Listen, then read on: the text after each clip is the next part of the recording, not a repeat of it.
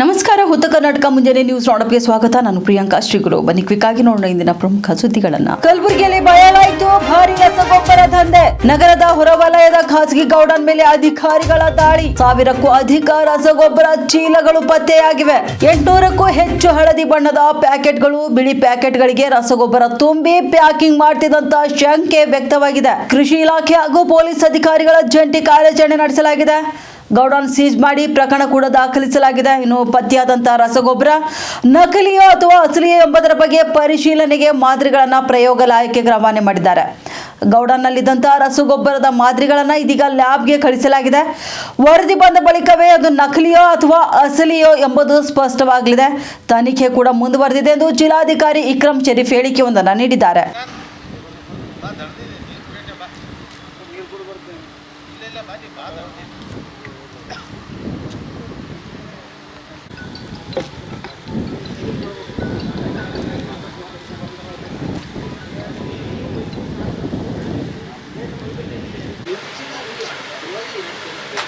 ಒಳಗ್ರಿ ಕೆಲಸ ನಡೆದೇನ್ರಿ ನೀವು? ಆಯ್ತು ಮಾಡ್ರಿ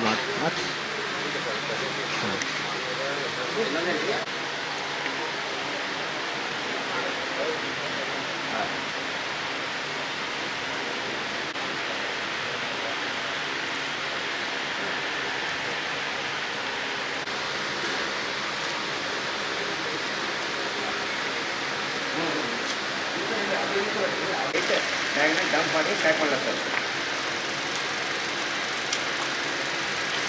ಈಗ ಅವ್ರು ಮಾಡ್ಲತ್ತಾರೆ ಸರ್.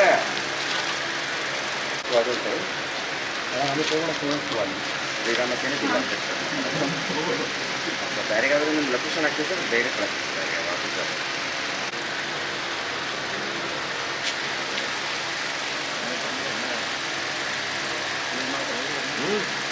ಈ ಥರ ಪ್ಯಾಕಿಂಗ್ ಮಾಡೋದು ಅದು ಖಾಲಿ ಮಾಡಿ.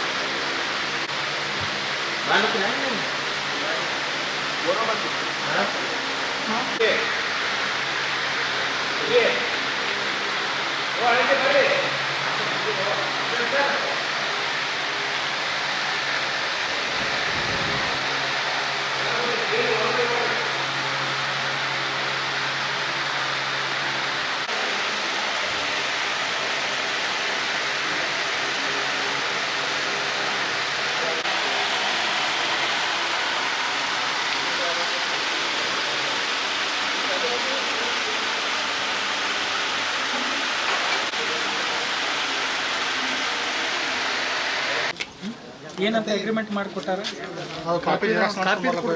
ಜೆರಾಕ್ಸ್ ಮಾಡಕ್ಕೆ ಹಾಂ, ಇದು 2 ಬಿಲಿ ಅಂತೇಳಿ ಮಾಡಿ 2 ಬಿಲಿ ಹಸ್ತೆ ಅಂತೇಳಿ ಇಟ್ಕೊಳ. ಹಾಂ, 2 ಬಿಲಿ ಅಂತಾರೆ. 2 ಬಿಲಿ ಅಂದ್ರೆ ಏನಕ್ಕಂತ ದಾಲ್ ಮಿಲ್ ಅಂದ್ರೆ ಸರ್ ಅದು ಮೇನ್ ಒಂದು ಆಹಾರ ಪ್ರಾಡಕ್ಟ್ ಆಯ್ತು. ಶೇಖರಣೆ ದಾಸ್ತಾನು ಮಾಡೋಂಥ ಇದರಲ್ಲಿ ಗೊಬ್ಬರ ತಂದು ಹೇಳ್ತಾರೆ ಅಂದ್ರೆ ಟೋಟಲಿ ಫುಡ್ಗೆ ಪಾಯ್ಸನ್ ಮಾಡ್ತಾ ಇದ್ದಾರೆ ಅವರು. ಹಂಗೆ ಆಗೋದಿಲ್ಲ. ಅಗ್ರಿಮೆಂಟ್ ಮಾಡಿ ಕೊಡ್ಬೋದ್ರಿ? ಬರಲ್ಲ ರೀ, ಬರೋದಿಲ್ಲ. ಅದು ಇಲ್ಲಿಗಲ್ ಆದಂಗೆ. ಅದು ದಾಲ್ ಮಿಲ್ ಅಂದ್ರೆ ಇದು ದಾಲ್ ಮಿಲ್ ತರ ಯೂಸ್ ಮಾಡ್ಬೇಕು. ಅವರು ಕ್ಲೋಸ್ ಮಾಡ್ಬೋದು, ಯೂಸ್ ಆಗಿಲ್ಲ ಅಂದ್ರೆ. ಸರ್ಕಾರದಿಂದ ಏನಂತ ಪರ್ಮಿಷನ್ ತೊಗೊಂಡ್ರಿ? ಇದು ದಾಲ್ ಮಿಲ್ ಅಂತ ದಾಲ್ ಮಿಲ್ ಅಂದ್ರೆ ಈಗ ಒಂದು 3-4 ತಿಂಗಳು ಬಂದದ್ರಿ. ಹಾಂ, ಬಂದವಲ್ಲ. ನೀವು ಮತ್ತೆ ಈಗ ನೀವು ಇಲ್ಲೇ ಇರ್ತೀರಲ್ಲ, ನಿಮ್ಮ ಇಲ್ಲೇ ಇರ್ತೀರಿ. ಮತ್ತು ಇದು ಬರೋದು ಹೋಗೋದು ನಿಮ್ಗೆ ಕಂಡು ಬಂದಿರ್ಬೇಕಲ್ಲ ಏನು ಅಂತ. ಇದು ಏನು ಗೊಬ್ಬರ ಚೀಲ ಇದೆಯಾ? ಯಾಕಂದ್ರೆ ದಾಲ್ ಮಿಲ್ ರೈತರಿಗೆ ಸಂಬಂಧಪಟ್ಟಿದ್ದು. ತೊಗರಿ ರೈತರಿಗೆ ಬೆಳಿತಾರ, ಹೌದಾ? ಇದು ಸಂಬಂಧಪಟ್ಟಿದ್ದು ನಿಮಗೆ. ಇದು ಬರೋದು ಹೋಗೋದು ಎಷ್ಟು ದಿನ ಆಯ್ತು ಈ ಥರ ನಡೆಸ್ತಾ ಇದ್ದಾರೆ ಅವರು? ನಮ್ಮ ತೊಗೊಂಡಿದ್ದೆ 10ನೇ ತಾರೀಕು. ಇಲ್ಲ, 10 ಆಗಲಿ. ಇವತ್ತು ಆಲ್ರೆಡಿ 23 ತಾರೀಕು. ಇವತ್ತು 13 ದಿನದಲ್ಲಿ ಈ ಥರ ಎಷ್ಟು ಟ್ರಕ್ಗಳು ಬಂದಾವೆ ಹೋಗಿದ್ದಾವೆ? ಏನು ಇದೇ ಫಸ್ಟ್ ಹಿಂಗೆ ಬಂದಿದೆ? 4 ಹೋಗ್ಯಾವ. ನಾನು ನಿಗಾ ಮಾಡಿಲ್ಲ, 4 ಗಾಡಿ ಹೋಗ್ಯಾವ. ಹಾಂ, ಈಗ ಹಿಂಗೆ ಬರೋದು ಹಿಂಗೆ ಮೆಟೀರಿಯಲ್ ವೈರ್ ಮಾಡಿದಾರಾ? ಹಾಂ, ಬರೋದು ಈಗ ಇಳಿಸೋದ್ರಿ, ಮತ್ತು ಹಂಗೆ ತುಂಬ್ಕೊಂಡು ಹೋಗೋದು ಹಿಂಗೆ ಮಾಡ್ಯಾರ. ನೀವು ನೋಡಿಲ್ಲ ಏನಂತ? ಇಲ್ಲಿ ಬಂದು ನೋಡಿಲ್ಲ ಏನು ಮಾಡತ್ತಾರ? ಅಗ್ರಿಮೆಂಟ್ ಕಾಪಿ ಬರ್ತದೆ ಸರ್. ಅದು ಇದು 2 ದಿನ ಆಯ್ತು ಸರ್. ಅವ್ರಿಗೆ ಇದು ಮಾಲ್ ತೊಗೊಂಡು 10 ತಾರೀಕಿಗೆ 2 ದಿನ ಅದ ನಾವು ಅಗ್ರಿಮೆಂಟ್ ಒಂದು ಇದೇ ತಿಂಗಳೇ ಮಾಡಿವಿ ಸರ್. ಮಾಡಿದ್ವಿ 10th ಆಗಸ್ಟ್. ಹಾಂ, ಹಲೋ ಅದು ಲಿಸ್ಟ್ ಅದು ವ್ಯೂ ಮಾಡ್ತಾರೆ. Rent for the storage. ಇಲ್ಲ ನೀವು ದಾಲ್ಮಿಲ್ ಆ ಥರ ಗೊಬ್ಬರದವ್ರಿಗೆ ಸ್ಟಾಕ್ ಮಾಡ್ಲಿಕ್ಕೆ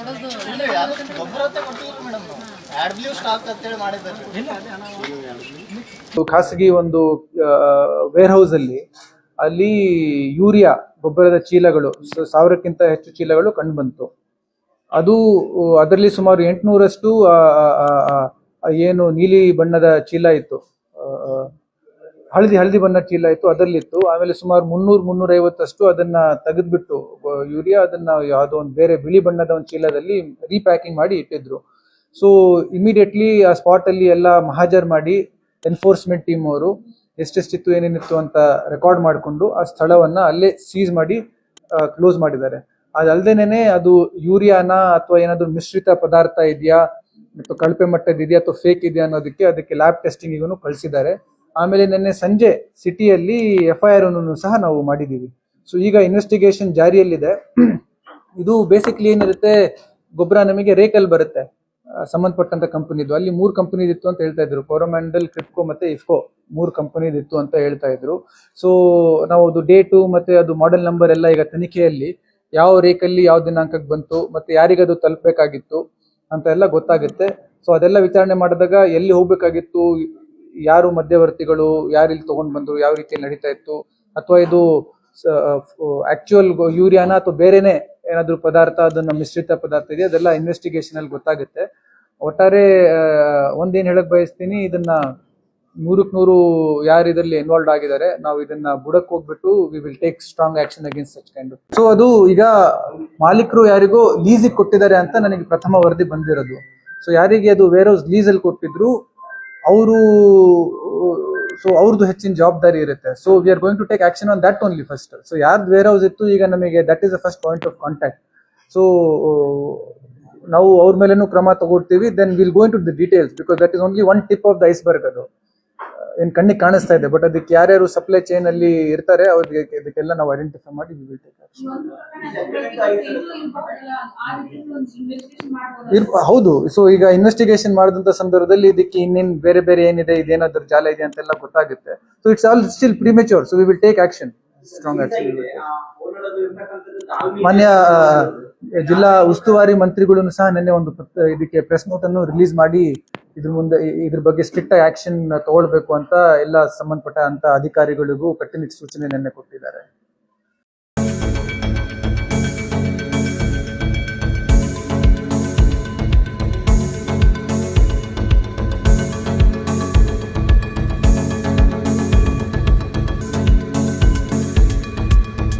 ಬೀದರ್ ಜಿಲ್ಲೆಯ 4 ತಾಲೂಕುಗಳನ್ನು ಬರಪೀಡಿತ ತಾಲೂಕುಗಳೆಂದು ಘೋಷಿಸುವ ಸಾಧ್ಯತೆ.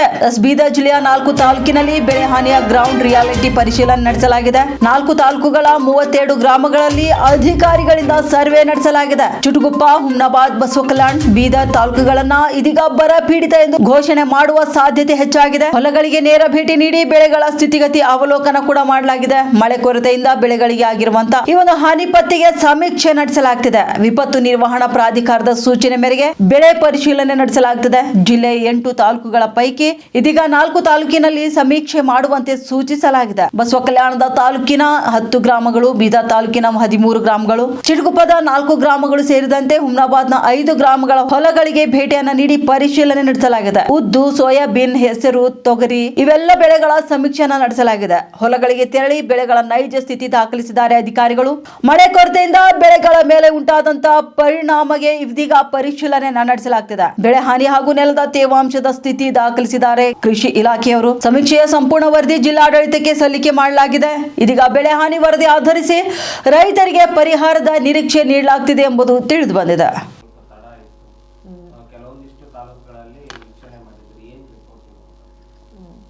ಎಲ್ರಿಗೂ ನಮಸ್ಕಾರ. ಕೃಷಿ ಇಲಾಖೆ ಬೀದರ್ ಜಿಲ್ಲೆ, ನಾನು ಜಂಟಿ ಕೃಷಿ ನಿರ್ದೇಶಕರು ಮಾತಾಡ್ತಿದ್ದೀನಿ.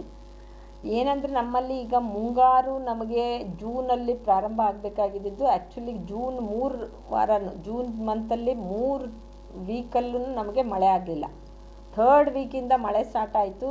ಆವಾಗ ನಮ್ಮಲ್ಲಿ ಟೋಟಲಿ ಇವಾಗ ನಮಗೆ ಪರ್ಸೆಂಟೇಜ್ ಆಫ್ ಸೋಯಿಂಗು ನಮ್ಮ ಮುಂಗಾರಿಗೆ 93% ಅಷ್ಟು ಸೋಯಿಂಗ್ ಆಗಿದೆ. ಅದರಲ್ಲಿ ಮೇಜರ್ ಆಗಿರೋದೇ ಸೋಯಿಂಗ್ ನಮಗೆ ಸೋಯಾಬೀನು ಮತ್ತು ತೊಗರಿ. ಅದಾದ ನಂತರ ನಮ್ಮ ಟಾರ್ಗೆಟ್ಗೆ ಗಿಂತನೂ ಹೆಸರು ಮತ್ತು ಉದ್ದು ಕಡಿಮೆ ಆಗಿದೆ ಸೋಯಿಂಗ್. ಯಾಕೆಂದರೆ ಜೂನಲ್ಲಿ ಮಳೆ ಆಗದೆ ಇರೋದ್ರಿಂದ ಹೆಸರು ಮತ್ತು ಉದ್ದು ತುಂಬಾ ಕಡಿಮೆ ಸೋಯಿಂಗ್ ಆಗಿದೆ. ಅದಾದ ನಂತರ ನಮ್ಮಲ್ಲಿ ವಿಪತ್ತು ನಿರ್ವಹಣಾ ಸಮಿತಿಯಿಂದ ಏನು ಬಂತು, ಈಗ ನಮ್ಮಲ್ಲಿ ಟೋಟಲಿ 8 ತಾಲೂಕುಗಳಿವೆ. ಆ 8 ತಾಲೂಕಲ್ಲಿ 4 ತಾಲೂಕನ್ನು ಬರ ಪೀಡಿತ ತಾಲೂಕುಗಳಂತ ಘೋಷಣೆ ಮಾಡಿದ್ದಾರೆ. ಅದರಲ್ಲಿ ಹುಮ್ನಾಬಾದು, ಬಸವ ಕಲ್ಯಾಣ, ಚಿಟ್ಗುಪ್ಪ ಮತ್ತು ಬೀದರ್ ಈ 4 ತಾಲೂಕುಗಳನ್ನ ಮಾಡಿದ್ದಾರೆ. ಸೊ ಇನ್ನೂ 4 ತಾಲೂಕನ್ನ ಘೋಷಣೆ ಮಾಡಿಲ್ಲ. ಅದರಲ್ಲಿ ಮಾಡ್ರೇಟ್ ಡ್ರಾಟ್ ಅಂತಲೇ ಡಿಕ್ಲೇರ್ ಮಾಡಿದ್ದಾರೆ.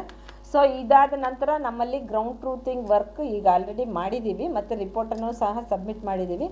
ಗ್ರೌಂಡ್ ಟ್ರೂತಿಂಗಲ್ಲಿ ನಾವು ಈ 4 ತಾಲೂಕುಗಳಲ್ಲಿ 332 ವಿಲೇಜಲ್ಲಿ 32 ಅದರಲ್ಲಿ 10% ವಿಲೇಜಸ್ ಅಂದರೆ 32 ವಿಲೇಜಲ್ಲಿನೂ ನಾವು ಗ್ರೌಂಡ್ ಟ್ರೂತಿಂಗ್ ಮಾಡಿ ರಿಪೋರ್ಟನ್ನು ಕಳಿಸಿದ್ದೀವಿ. ಅದರಲ್ಲಿ ನಾವು 96% ಅಂದರೆ 50%ಗಿನ್ನ ಹೆಚ್ಚಿಗೆ ಕ್ರಾಪ್ ಲಾಸ್ ಆಗಿರೋದು 96% ತೋರಿಸಿದ್ದೀವಿ. ಮತ್ತು 3% ಮಾತ್ರ ಲೆಸ್ ದ್ಯಾನ್ 50% ಕ್ರಾಪ್ ಲಾಸ್ ಅಂತ ಈಗ ಆಲ್ರೆಡಿ ರಿಪೋರ್ಟನ್ನು ಮಾಡಲಾಗಿದೆ.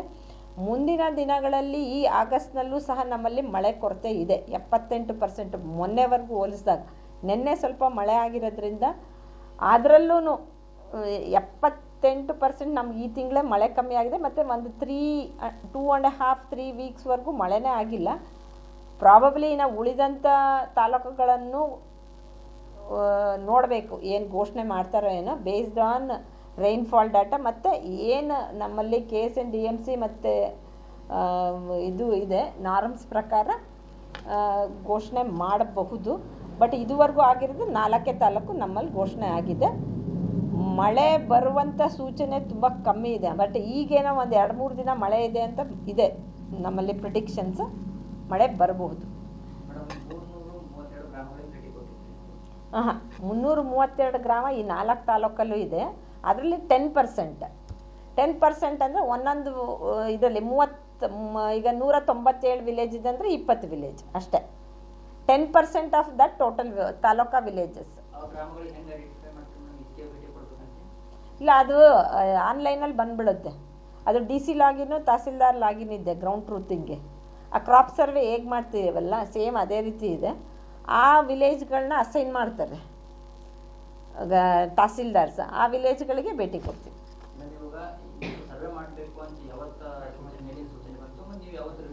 ಲಾಸ್ಟ್ ವೀಕಲ್ಲೇ ಬಂತು ನಮಗೆ, 12ನೇ ತಾರೀಕು ಹಂಗೆ.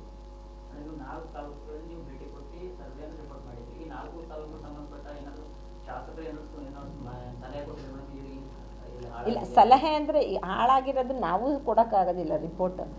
ಏನಂದರೆ ಸೋಯಿಂಗ್ ಪರ್ಸೆಂಟೇಜ್ ಕೊಡ್ತೀವಿ, rainfall data.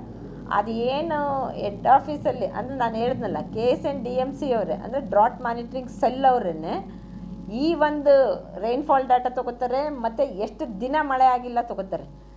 Minimum 3 weeks continuous ಮಳೆ ಆಗಲಿಲ್ಲ ಅಂದರೆ they will consider for drought ಅಂತ ಡಿಕ್ಲೇರ್ ಮಾಡ್ತಾರೆ. ನಾವು ಯಾವ ರಿಪೋರ್ಟು ಕೊಡಲ್ಲ, ಇಲ್ಲ ಯಾವ ಜನಪ್ರತಿನಿಧಿಗಳು ಸಹ ಇದು ಮಾಡಲ್ಲ. ರಿಕ್ವೆಸ್ಟ್ ಅಂತ ಎಲ್ಲರೂ ಕೊಟ್ಟಿದ್ದಾರೆ ಡಿಕ್ಲೇರ್ ಮಾಡಿರಿ ಅಂತ ಅಷ್ಟೇ. ಇಲ್ಲ ಹಾಗೆ ಇಲ್ಲ, ಆ ಥರ ಇಲ್ಲ. ನಾವೇನೇ ಸೆಲೆಕ್ಟ್ ಮಾಡಿದ್ದೀವಿ. ಯಾವ್ಯಾವ ಗ್ರಾಮ ಪಂಚಾಯಿತಿಯಲ್ಲಿ ಮಳೆ ತುಂಬ ಕಡಿಮೆ ಇದೆ ಆ ಗ್ರಾಮ ಪಂಚಾಯಿತಿಯಲ್ಲಿ ಸೋಯಿಂಗ್ ಏನಾಗಿದೆ ಅದನ್ನು ನೋಡ್ಕೊಂಡು ನಾವೇ ಸೆಲೆಕ್ಟ್ ಮಾಡಿದ್ವಿ.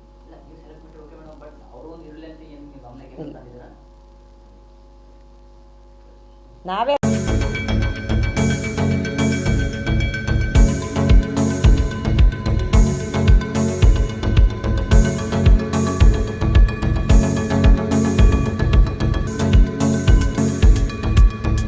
ಸಮಾಜದ ದುಡಿಯುವ ವರ್ಗವನ್ನ ಆಳುವ ವರ್ಗವನ್ನಾಗಿ ಮಾಡಲು ಸಮಾಜವಾದಿ ಜನತಾ ಪಕ್ಷ ಕರ್ನಾಟಕ ರಾಜ್ಯಾದ್ಯಂತ ಪ್ರವಾಸ ಮಾಡಿ ಸಂಘಟನೆ ಮಾಡಲಿದೆ ಎಂದು ಸಮಾಜವಾದಿ ಜನತಾ ಪಕ್ಷದ ರಾಜ್ಯಾಧ್ಯಕ್ಷ ಜಿಎಂ ಗಾಡ್ಕರ್ ಅವರು ತಿಳಿಸಿದ್ದಾರೆ. ಬೀದರ್ ಜಿಲ್ಲಾ ಪತ್ರಿಕಾ ಭವನದಲ್ಲಿ ಪತ್ರಿಕಾಗೋಷ್ಠಿ ನಡೆಸಿ ಮಾತನಾಡಿದ ಅವರು, ಪ್ರಗತಿಪರ ಮತ್ತು ಸಮಾಜವಾದಿ ವಿಚಾರಗಳನ್ನು ಒಳಗೊಂಡಂತ ಸಮಾಜವಾದಿ ಪಕ್ಷ ಈ ನೆಲದ ಮೂಲ ನಿವಾಸಿಗಳ, ಶೋಷಿತರ, ಬಡವರ, ಹಿಂದುಳಿದವರ ಮತ್ತು ಅಲ್ಪಸಂಖ್ಯಾತರ ಉದ್ಧಾರಕ್ಕಾಗಿ ಶ್ರಮಿಸಲಿದೆ ಎಂದು ತಿಳಿಸಿದ್ದಾರೆ. 70 ರಿಂದ 80 ವರ್ಷಗಳ ಕಾಲ ದೇಶವನ್ನ ಆಳಿದ ಬಿಜೆಪಿ ಮತ್ತು ಕಾಂಗ್ರೆಸ್ ಪಕ್ಷಗಳು ದುಡಿಯುವ ವರ್ಗವನ್ನ ತಮ್ಮ ಅಡಿಯಾಳನ್ನಾಗಿ ಮಾಡಿಕೊಂಡು ಅವರಿಗೆ ಅವಕಾಶಗಳನ್ನು ನೀಡದೆ ವಂಚಿಸುತ್ತಿದ್ದಾರೆ. ಹೀಗಾಗಿ ಇನ್ನೂ ಕೂಡ ದೇಶದಲ್ಲಿ ಅಸ್ಪೃಶ್ಯತೆ, ಬಡತನ, ಮೇಲು ಕೀಳು ಎಂಬ ಭೇದ ಭಾವವಿದ್ದು ಅವುಗಳನ್ನು ತೊಡೆದು ಹಾಕಲು ಸಮಾಜವಾದಿ ಜನತಾ ಪಕ್ಷ ಕಾರ್ಯನಿರ್ವಹಿಸಲಿದೆ ಎಂದು ತಿಳಿಸಿದ್ದಾರೆ. ಬರುವ ವಿಧಾನಸಭಾ ಚುನಾವಣೆಯಲ್ಲಿ ಕರ್ನಾಟಕದ 224 ವಿಧಾನಸಭಾ ಕ್ಷೇತ್ರಗಳಲ್ಲಿಯೂ ಕೂಡ ಸ್ವತಂತ್ರವಾಗಿ ಸ್ಪರ್ಧಿಸುವುದಾಗಿ ಅವರು ತಿಳಿಸಿದ್ದಾರೆ. पेट्रोल पंप के सामने दिखता था कटआउट लगा ಫೋನ್ ಸೈಲೆಂಟ್ ಇಕ್ರಿ ಸೈಲೆಂಟ್ ಇಟ್ಟು फोन साइलेंट ಸೈಲೆಂಟ್ ಮಾಡಬೇಕು. शमशुद्दीन कोई तो फोन करे तो बात करो. प्रारंभ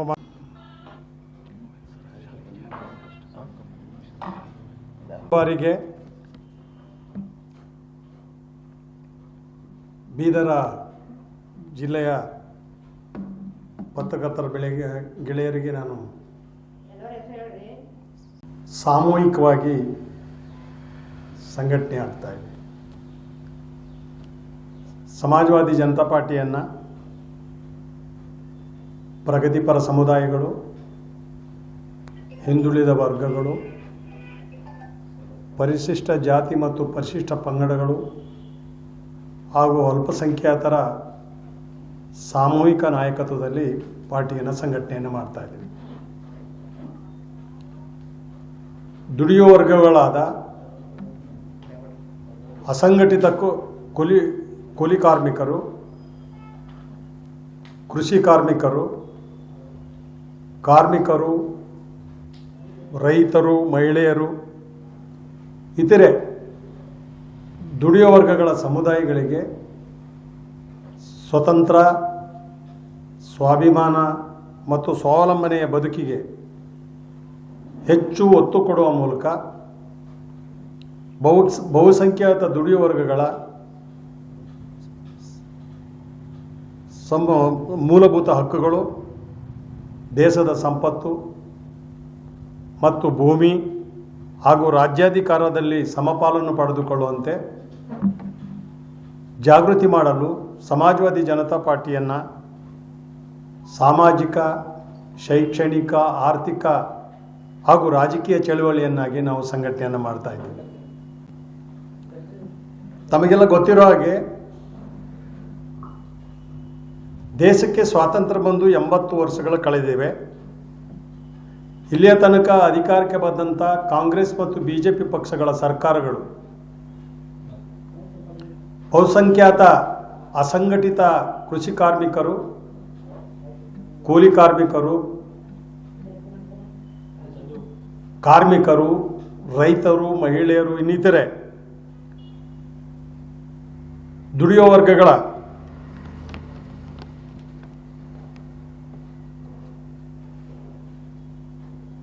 ದುಡಿಯುವ ವರ್ಗಗಳಿಗೆ ಸಾಮಾಜಿಕ, ಶೈಕ್ಷಣಿಕ, ಆರ್ಥಿಕ ಹಾಗೂ ರಾಜಕೀಯ ಕ್ಷೇತ್ರಗಳಲ್ಲಿ ನಿರಂತರವಾಗಿ ವಂಚನೆಯನ್ನು ಮಾಡಿಕೊಂಡು ಬಂದಿದ್ದೇವೆ.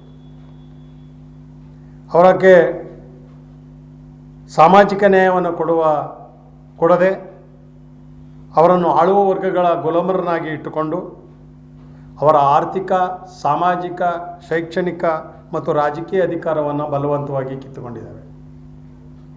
ನಮಗೆ ಗೊತ್ತಿರೋ ಹಾಗೆ ಕಾಂಗ್ರೆಸ್ ಮತ್ತು ಬಿಜೆಪಿ ಸರ್ಕಾರಗಳ ಅವಧಿಯಲ್ಲಿ ಇಂದಿಗೂ ಅಸ್ಪೃಶ್ಯತೆ, ಅಸಮಾನತೆ, ಜಾತೀಯತೆ, ಮತಾಂಧತೆ, ಧರ್ಮಾಂಧತೆಯಂಥ ಜನವಿರೋಧಿ ನೀತಿಗಳನ್ನು ಅನುಸರಿಸ್ತಾ ನಿರಂತರವಾಗಿ ಲಕ್ಷಾಂತರ ಕೋಟಿ ರೂಪಾಯಿ ಜನರ ತೆರಿಗೆ ಹಣವನ್ನು ಲೂಟಿ ಮಾಡ್ತಾ ಭಾರೀ ಭ್ರಷ್ಟಾಚಾರಗಳನ್ನು ಮಾಡಿಕೊಂಡು ಪ್ರಜಾಪ್ರಭುತ್ವ ವಿರೋಧಿ ಆಡಳಿತವನ್ನು ನಡೆಸ್ತಾ ಇದ್ದಾವೆ ಅಂತೇಳಿ ನಮ್ಮ ಆರೋಪ. ನಮ್ಮ ಉದ್ದೇಶ ಸರ್ವರಿಗೂ ಸಮಪಾಲು, ಸರ್ವರಿಗೂ ಸಮಬಾಳು ಎಂಬ ನಮ್ಮ ರಾಜ್ಯಾಂಗಬದ್ಧ ಪ್ರಜಾಪ್ರಭುತ್ವ ಸಂವಿಧಾನದ ಆಶಯದಂತೆ ರಾಜ್ಯಾಂಗಬದ್ಧ ಮೂಲಭೂತ ಹಕ್ಕುಗಳನ್ನು ಜಾರಿಗೊಳಿಸುವ ಸಂಪರ್ಕಗಳನ್ನು ಒಂದಿಗೆ ಸಾಮಾಜಿಕ ಮತ್ತು ಆರ್ಥಿಕ ಹೋರಾಟಗಳನ್ನು ರೂಪಿಸುವ ಮೂಲಕ ಆಳುವರ್ಗಗಳ ಹಿಡಿತದಲ್ಲಿರುವ ಕಾಂಗ್ರೆಸ್ ಮತ್ತು BJP ಪಕ್ಷಗಳ ಜಾತಿವಾದಿ ಮತ್ತು ಕೋಮುವಾದಿ ನಾಯಕರು ದುಡಿಯೋ ವರ್ಗಗಳ ಸಮುದಾಯಗಳ ಮೇಲೆ ಬಲವಂತವಾಗಿ ಹೇರಿರುವಂಥ ಜೀತಗಾರಿಕೆ ಮತ್ತು ಗುಲಾಮಗಿರಿ ವ್ಯವಸ್ಥೆಯ ದಬ್ಬಾಳಿಕೆಯನ್ನು ನಾವು ಧಿಕ್ಕರಿಸಿ ಸಾಮಾಜಿಕ, ಶೈಕ್ಷಣಿಕ, ಆರ್ಥಿಕ ಹಾಗೂ ರಾಜಕೀಯ ಅಧಿಕಾರವನ್ನು ಪಡೆದುಕೊಳ್ಳುವಂತೆ ವಂಚಿತ ದುಡಿಯೋ ವರ್ಗಗಳ ಸಮುದಾಯಗಳನ್ನು ಆಳುವ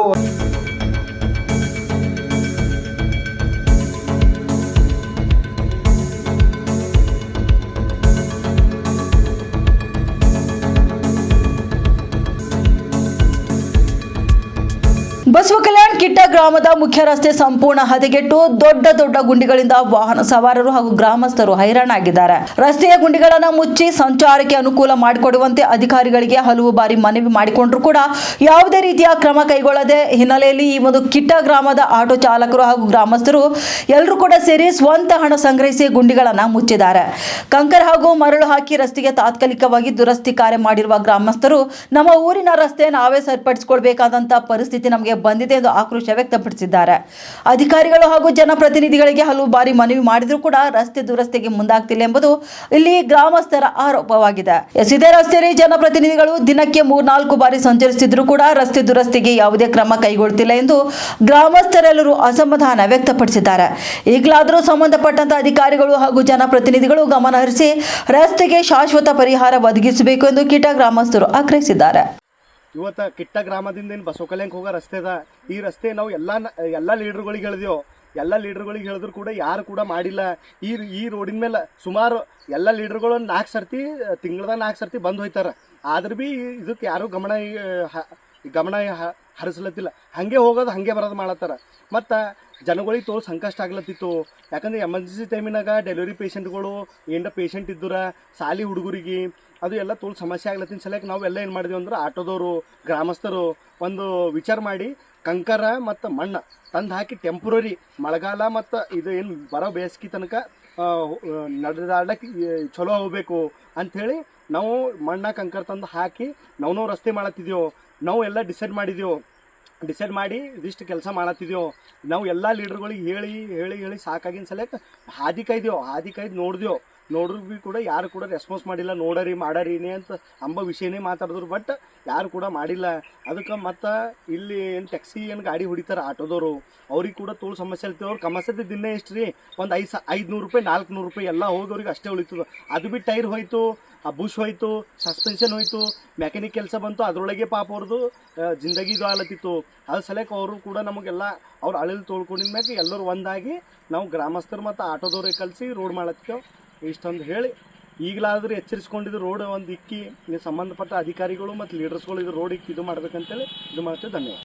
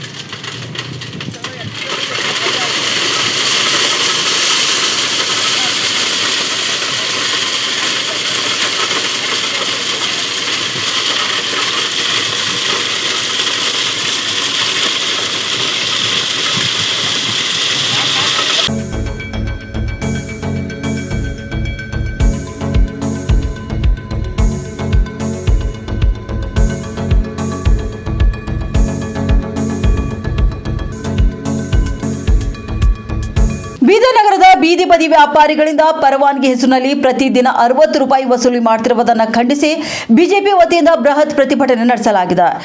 ಬಿಜೆಪಿ ನಗರ ಮಂಡಲ ಅಧ್ಯಕ್ಷ ಶಶಿ ಹೊಸಳ್ಳಿ ನೇತೃತ್ವದಲ್ಲಿ ನಡೆದಂತಹ ಪ್ರತಿಭಟನೆಯಲ್ಲಿ ಬೀದಿ ವ್ಯಾಪಾರಿಗಳು ತಮ್ಮ ತಳ್ಳು ಗಾಡಿಗಳ ಸಮೇತ ಪಾಲಿಕೆ ವಲಯ ಕಚೇರಿಗೆ ಮುತ್ತಿಗೆ ಹಾಕಿದ್ದಾರೆ. ನಗರದ ಗಣೇಶ ಮೈದಾನದಿಂದ ಪಾಲಿಕೆ ವಲಯ ಕಚೇರಿವರೆಗೆ ಪಾದಯಾತ್ರೆ ನಡೆಸಿದ ಪ್ರತಿಭಟನಾಕಾರರು ಈ ಹಿಂದೆ ಪ್ರತಿದಿನ 20 ರೂಪಾಯಿ ಪಡೆಯಲಾಗುತ್ತಿತ್ತು, ಆದರೆ ಇದೀಗ ಏಕಾಏಕಿ 60 ರೂಪಾಯಿ ವಸೂಲಿ ಮಾಡಲಾಗುತ್ತಿದೆ ಎಂದು ಆಕ್ರೋಶವನ್ನ ವ್ಯಕ್ತಪಡಿಸಿದ್ದಾರೆ. ಟೀ ಸ್ಟಾಲ್, ಪಾನಿಪುರಿ, ಕಬಾಬ್, ಮಿರ್ಚಿ ಬಜ್ಜಿ ಹಾಗೂ ಚೈನೀಸ್ ಅಂಗಡಿಗಳಿಂದ ಪ್ರತಿದಿನ 60 ರೂಪಾಯಿ ವಸೂಲಿ ಮಾಡಲಾಗುತ್ತಿದೆ ಎಂದು ಆರೋಪಿಸಿದ ಬಿಜೆಪಿ ಮುಖಂಡರು ದೈನಂದಿನ ಪರವಾನಗಿ ಶುಲ್ಕವನ್ನು ಕಡಿಮೆ ಮಾಡುವಂತೆ ಪಾಲಿಕೆ ಆಯುಕ್ತ ಮುಕುಲ್ ಜೈನ್ ಅವರಿಗೆ ಮನವಿಯನ್ನ ಸಲ್ಲಿಸಿದ್ದಾರೆ. ಪ್ರಸ್ತುತ ಜಾರಿಯಲ್ಲಿರುವ ದರ ಪಾವತಿ ವ್ಯವಸ್ಥೆಯನ್ನು ರದ್ದುಪಡಿಸುವ ಕುರಿತು ಪಾಲಿಕೆ ಆಯುಕ್ತರು ಭರವಸೆ ನೀಡಿದ್ದಾರೆ ಎಂದು ಪ್ರತಿಭಟನಾಕಾರರು ತಿಳಿಸಿದ್ದಾರೆ. ಅಷ್ಟೇ ಅಲ್ಲ, ಪ್ರತಿಭಟನೆಯಲ್ಲಿ ಬಿಜೆಪಿ ಜಿಲ್ಲಾಧ್ಯಕ್ಷ ಸೋಮನಾಥ್ ಪಾಟೀಲ್, ಮುಖಂಡ ಈಶ್ವರ್ ಸಿಂಗ್ ಠಾಕೂರ್ ಸೇರಿದಂತೆ ಹಲವರು ಭಾಗವಹಿಸಿದರು.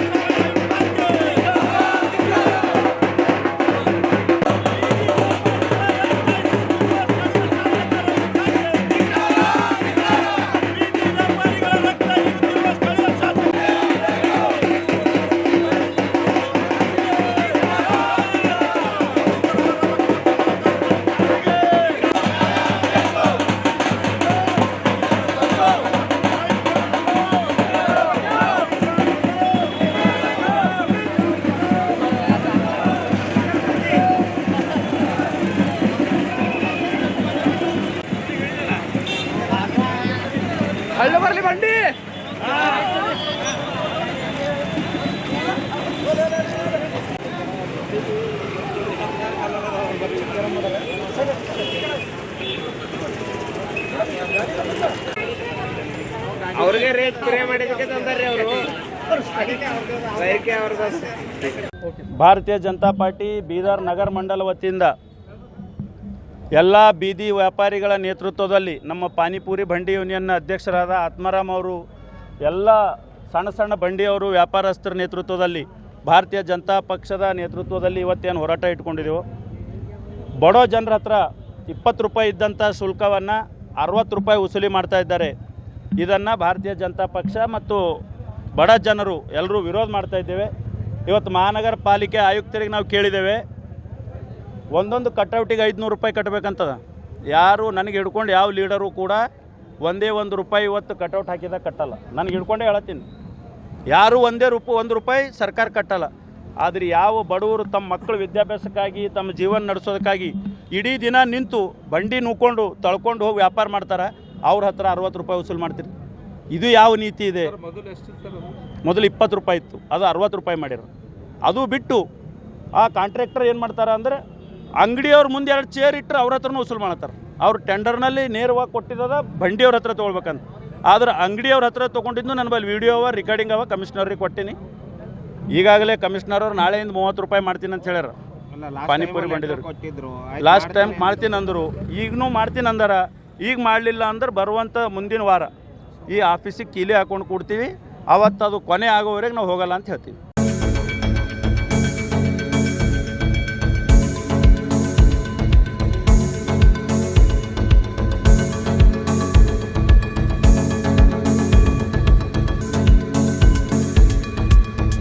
ಬೀದರ್ ಜಿಲ್ಲೆಯ ಬಸವಕಲ್ಯಾಣ ತಾಲೂಕಿನ ಮುಡಿಬಿ ಗ್ರಾಮದ ಮುಖ್ಯ ರಸ್ತೆಗಳು ಸಂಪೂರ್ಣ ಹದಗೆಟ್ಟಿದ್ದು, ಕೂಡಲೇ ರಸ್ತೆ ನಿರ್ಮಾಣ ಮಾಡಬೇಕೆಂದು ಇಲ್ಲಿನ ಕರ್ನಾಟಕ ರಕ್ಷಣಾ ವೇದಿಕೆ ಬಡ ಲೋಕೋಪಯೋಗಿ ಇಲಾಖೆಗೆ ಮನವಿ ಪತ್ರ ಸಲ್ಲಿಸಿದೆ. ಮುಡಿಬಿ ಗ್ರಾಮವು ಕಲಬುರಗಿಗೆ ಸಂಪರ್ಕಿಸುವ ರಸ್ತೆಯನ್ನು ಹೊಂದಿದ್ದು, ಅಲ್ಲದೆ ನೂರಾರು ಹಳ್ಳಿಗಳಿಗೆ ಸಂಪರ್ಕಿಸುವ ರಸ್ತೆ ಇದಾಗಿದೆ ಎಂದು ತಿಳಿಸಿದ್ದಾರೆ. ಈ ಗ್ರಾಮದ ಮುಖ್ಯ ರಸ್ತೆಯ ಮೇಲೆ ದೊಡ್ಡ ದೊಡ್ಡ ಗಾಡಿಗಳು ಓಡಾಡ್ತಿವೆ. ಪಕ್ಕದ ಗ್ರಾಮದಲ್ಲಿ ಕೆಂಪು ಕಲ್ಲು ಗಣಿಗಾರಿಕೆ ನಡೆಯುತ್ತಿದೆ. ಅದರ ವಾಹನಗಳು ಸಹ ಇಲ್ಲೇ ಓಡಾಡಿ ದಿನದಿಂದ ದಿನಕ್ಕೆ ರಸ್ತೆ ಸಂಪೂರ್ಣ ಹದಗೆಡ್ತಿದೆ. ಹಾಗಾಗಿ ಮುಂದಿನ 10 ದಿನಗಳಲ್ಲಿ ರಸ್ತೆ ಮರು ನಿರ್ಮಾಣ ಮಾಡಿ ವಾಹನಗಳ ಸುಲಭ ಸಂಚಾರಕ್ಕೆ ಅನುವು ಮಾಡಿಕೊಡಬೇಕು. ಇಲ್ಲದಿದ್ದರೆ ಕರ್ನಾಟಕ ರಕ್ಷಣಾ ವೇದಿಕೆಯ ಸ್ವಾಭಿಮಾನಿ ಬಣ ಹಾಗೂ ಗ್ರಾಮದ ಯುವಕರು ವಾಲ್ಮೀಕಿ ವೃತ್ತದ ಮುಂದೆ ಕುಳಿತು ಉಗ್ರ ಹೋರಾಟ ಮಾಡಲಾಗುವುದೆಂದು ಎಚ್ಚರಿಕೆಯನ್ನು ನೀಡಿದ್ದಾರೆ.